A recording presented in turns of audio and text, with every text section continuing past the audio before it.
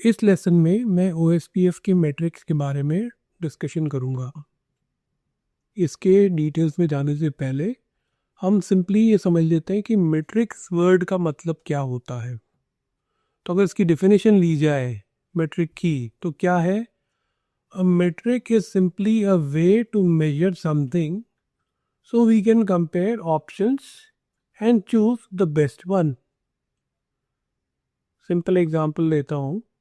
अगर मेरे को देखना है कि अगर उज्जैन से लेके इंदौर का कितना डिस्टेंस है और उज्जैन से लेके भोपाल का कितना डिस्टेंस है, तो उज्जैन से इंदौर क्या है 50 किलोमीटर दूर पे और उज्जैन से भोपाल 200 किलोमीटर। तो कौन सा डिस्टेंस कम है? अगर मेरे को ये देखना है कौन सा डिस्टेंस कम है तो 50 वाला कम है, जिसका डिस्टेंस 50 किलोमीटर है, तो इंदौर पास है। तो अगर क्वेश्चन पूछा जा रहा है कौन सा पास है, उज्जैन से भोपाल कि उज्जैन से इंदौर, तो कैसे कंपेयर किया? हमने उसका किलोमीटर वाला यूनिट लिया, उसका मेट्रिक लिया क्या, और फिर दोनों को कंपेयर किया। तो जिसका कम था वहाँ पर उसको बोला कि क्योंकि 50 किलोमीटर कम है 200 किलोमीटर से, इसलिए इसका जो मेट्रिक है कंपैरिजन में काम में आया और हमने इवैल्यूएट किया कि ये पास पड़ता है। अभी कुछ एग्जांपल लेके हमें डाला है कि हमें अगर कुछ मेजर करना है तो डिस्टेंस मेजर करना है, तो वेट मेजर करना है, लिक्विड की क्वांटिटी क्या है वो मेजर करना है, टेम्परेचर मेजर करना है या टाइम मेजर करना है, तो इनके लिए ये यूनिट्स हैं इसके, तो इनको हम बोलते हैं मेट्रिक। तो मैंने एक तो डिस्टेंस का एग्जाम्पल दिया था, उज्जैन, भोपाल और इंदौर को लेते हुए उज्जैन से भोपाल और इंदौर का डिस्टेंस मैंने देखा था। एक दूसरा एस्पेक्ट हो सकता है कि टाइम, ठीक है, एक तो डिस्टेंस वाइज कौन सा दूर है कौन सा पास है, और दूसरा है कि कितना समय किस में लगता है। तो भोपाल पहुंचने में ज़्यादा टाइम लगेगा कि कम लगेगा, इंदौर पहुंचने में टाइम ज़्यादा लगेगा कम लगेगा, तो ये टाइम से हम कंपेयर कर सकते हैं। तो इसको क्लू लेते हुए हम ये स्टेटमेंट बोलते हैं कि चूज करते हैं यूनिट बेस्ड ऑन हम क्या मेजर करना चाहते हैं, ठीक है। तो उसके हिसाब से डिस्टेंस था तो किलोमीटर एंड सो ऑन। अब आगे बढ़ते हैं। जैसे कि ये हुआ ये चीज़ों को करने के लिए, ऐसे ही नेटवर्किंग में राउटर्स क्या दिखाते हैं? हमें रास्ते दिखाते हैं अलग अलग नेटवर्क पे पहुंचने के लिए, और हमेशा वो यूज़ करते हैं नेक्स्ट हॉप, अगला नेक्स्ट हॉप क्या होगा, अगला नेक्स्ट हॉप क्या होगा इस नेटवर्क के लिए। तो उसके लिए करने के लिए राउटर्स क्या करते हैं? मेट्रिक यूज़ करते हैं to measure and find which path is better, कौन सा रास्ता जो है वो उनके लिए मोर अप्रोप्रिएट होगा, एक्यूरेट होगा, ठीक है।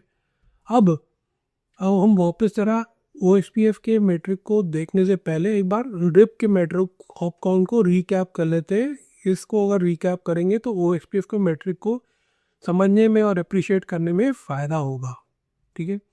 तो ये जो हमारा टोपोलॉजी अगर ये है यहाँ पर, और यहाँ पर सब लिंक कितने फास्ट ईथरनेट के हैं, जितने भी लिंक हैं राउटर्स के बीच में सब फास्ट ईथरनेट के। फास्ट ईथरनेट की स्पीड होती है 100 Mbps, ओके। तो ये लिया गया है। तो यहाँ पर अगर मैं रिप चला रहा हूँ तो रिप क्या यूज़ करता है? रिमेंबर, हॉप काउंट यूज़ करता है। तो R3 राउटर के नज़रिए से अगर R3 पे कोई पैकेट आया है और उसे 20 नेटवर्क जाना है, तो R3 की नज़र से R3 की राउटिंग टेबल में 20 नेटवर्क कितनी दूरी पे है? 1 हॉप काउंट पे है, एक हॉप काउंट पे, क्योंकि एक हॉप क्या हॉप करना पड़ रहा है? R4 हॉप करने के बाद पड़ रहा है। अब इसी को कंसेप्ट को हम R2 पे अप्लाई करें तो R2 की नज़रिए से, R2 की राउटिंग टेबल के हिसाब से ये 20 नेटवर्क 2 हॉप काउंट पे है। पहला हॉप R3 हॉप करना पड़ेगा और दूसरा R4 हॉप करना पड़ेगा। और सिमिलरली अगर R5 पे अप्लाई करें तो ये क्या R5 के हिसाब से भी 20 नेटवर्क क्या है? एक हॉप काउंट पे है यहाँ पर। अब हमारा फोकस जा रहा है R1 की तरफ। R1 के पास दो विकल्प हमें मोटे मोटे दिख रहे हैं पॉसिबल। एक हो सकता है ऊपर वाला रास्ता जो कि R2 R3 R4 की तरफ से ले चल सकता है, और दूसरा हो सकता है R5 के थ्रू जो नीचे वाला रास्ता है R5 से R4 से लुक होते हुए। तो अगर अपन देखें तो ऊपर वाले रास्ते में अगर इसको ऐड किया जाए तो ये 3 हॉप काउंट पे होता है, ठीक है। और नीचे वाले रास्ते में देखा जाए तो ये आएगा 2 हॉप काउंट पे। तो ऊपर वाला 3 हॉप काउंट जो कि बड़ा है, ज़्यादा हॉप काउंट वाला है, और नीचे वाला 2 हॉप काउंट जो कि कम है। ठीक है, अब हमने क्या बोला था, networking routers also need metric. तो रिप जो प्रोटोकॉल है जो राउटर यूज़ करता है, तो रिप का जो मेट्रिक है वो हॉप काउंट है, और वो क्या करता है, बोलता है रिप के हिसाब से कि smaller value of hop count को वो प्रेफर करता है। तो उस इस रूल के हिसाब से जो नीचे वाला हॉप काउंट है वो 2 ही है, जो कि प्रेफरेबल होगा। ऊपर वाला जो है ज़्यादा है वो उसको इग्नोर करेगा। तो वहाँ हटा दिया और ये यहाँ पर यूज हुआ। तो ये था रिप का कंसेप्ट। रिप ने क्या किया, उसने ये देखा कि हॉप काउंट कम है। यहाँ पर वो स्पीड या बैंडविड्थ किसी भी इंटरफेस की क्या है उससे कोई मतलब नहीं है, उसको वो इग्नोर करता है। उसका काम सिंपली ये है कि हॉप काउंट जो छोटा है उस पर अहमियत दो, उस पर फोकस करो और डिसीजन बनाओ अपना। अब अगर हम मूव करते हैं OSPF की तरफ, तो OSPF का फोकस हॉप काउंट से नहीं होता। ठीक है, OSPF का जो मेट्रिक होता है वो कॉस्ट होता है। और वो कॉस्ट कैसे निकलती है, कॉस्ट आती है बनती है इंटरफेस की बैंडविड्थ से। ठीक है, OSPF क्या करता है, बैंडविड्थ करता है यूटिलाइज और उससे कॉस्ट को कैलकुलेट करता है। तो एक बार हम डिफरेंट टाइप के जो इंटरफेसेस होते हैं, क्या क्या स्पीड हो सकती है इनकी, क्या बैंडविड्थ हो सकती है, उसको एक बार हम समराइज कर लेते हैं यहाँ पर इस टेबल में। तो प्लेन ईथरनेट जो होता है, जो कि आजकल कम यूज़ होता है, उसकी स्पीड होती है या बैंडविड्थ होती है 10 Mbps। उसका अगला वर्जन जो है फास्ट ईथरनेट, जो उससे 10 टाइम्स है, तो उसकी जो होती है बैंडविड्थ होती है 100 Mbps, उसको सपोर्ट करता है।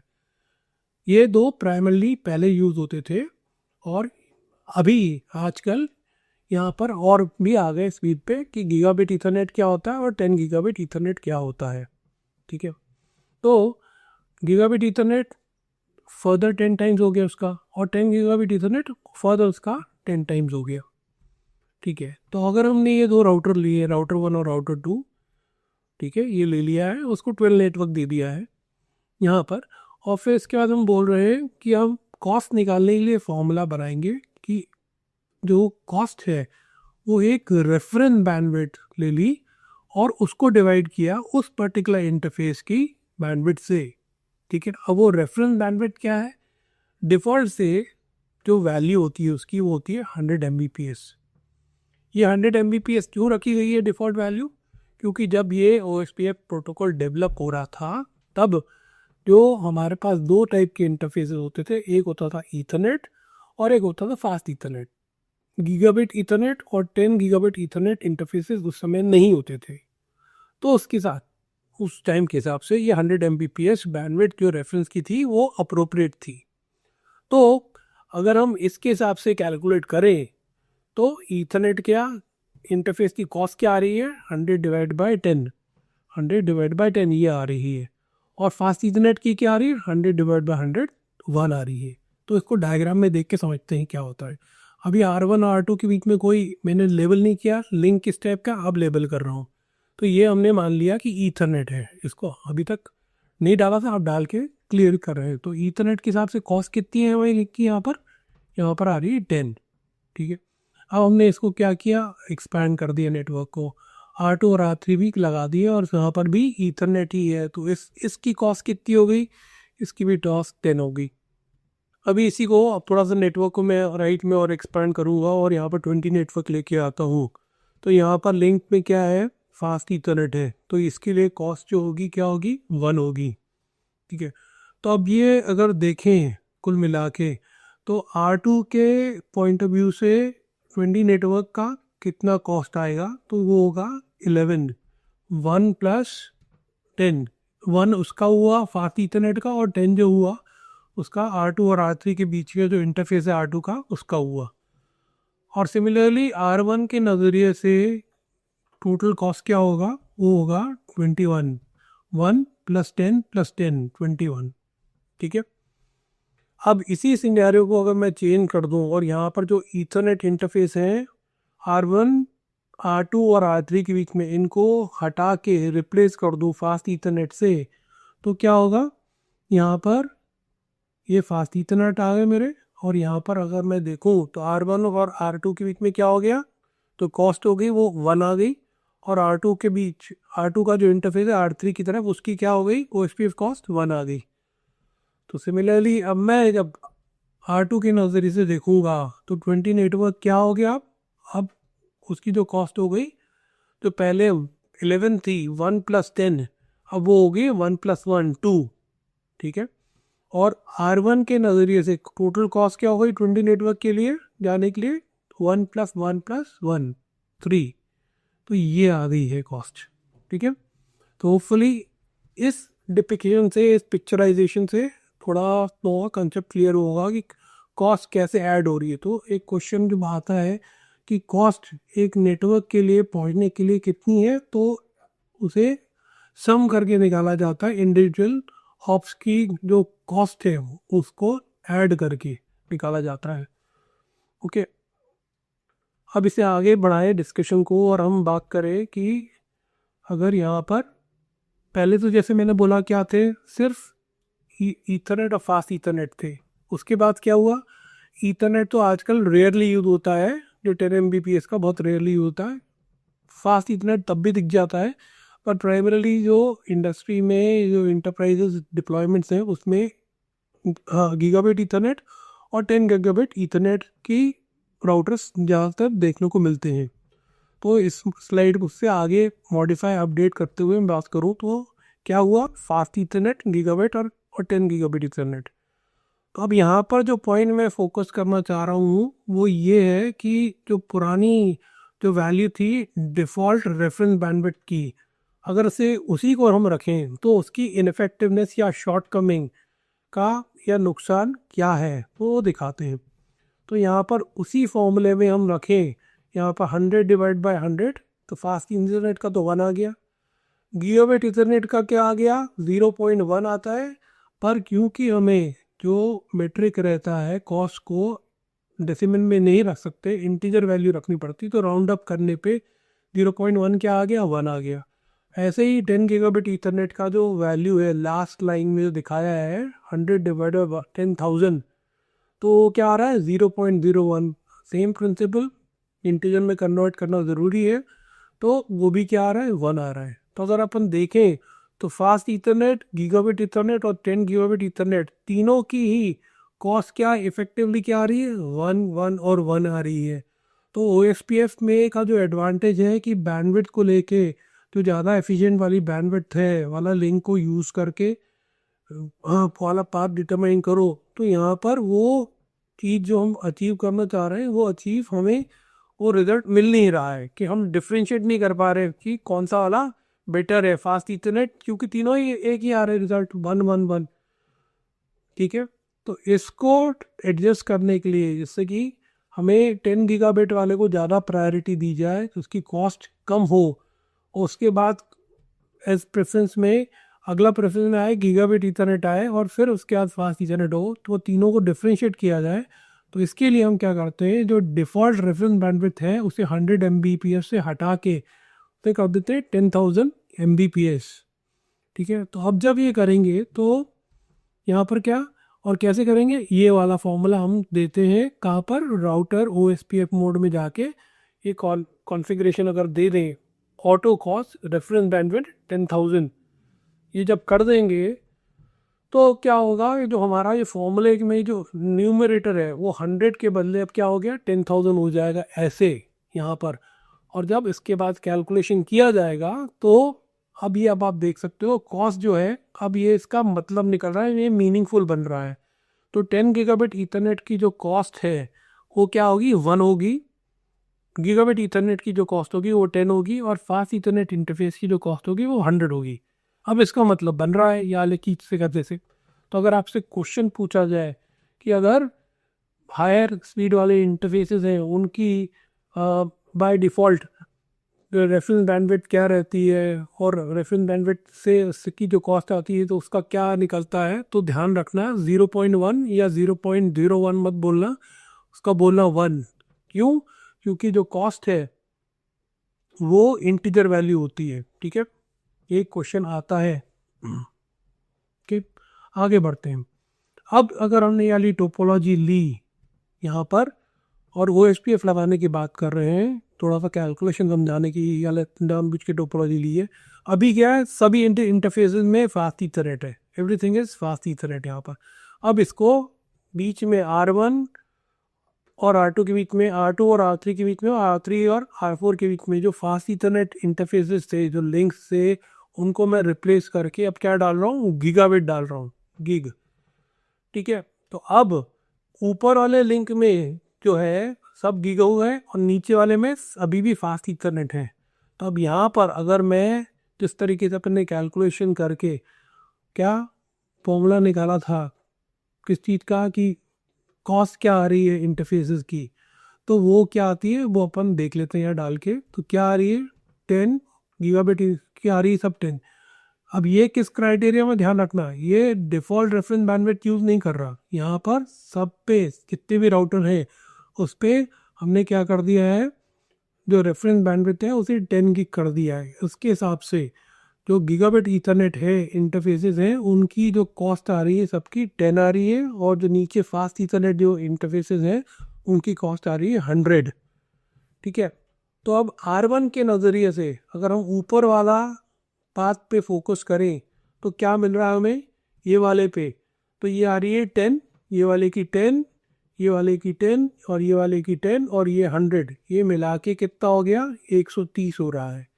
और अगर हम नीचे वाले पाथ से देखें यहाँ से तो क्या होगी, ये वाले पाथ की बात करें यहाँ पर तो ये आ रही है 100, ये वाला 100 ये वाला हो गया, इसका ये 100 ये हो गया और ये 100 ये हो गया, तो ये क्या हो गया 300।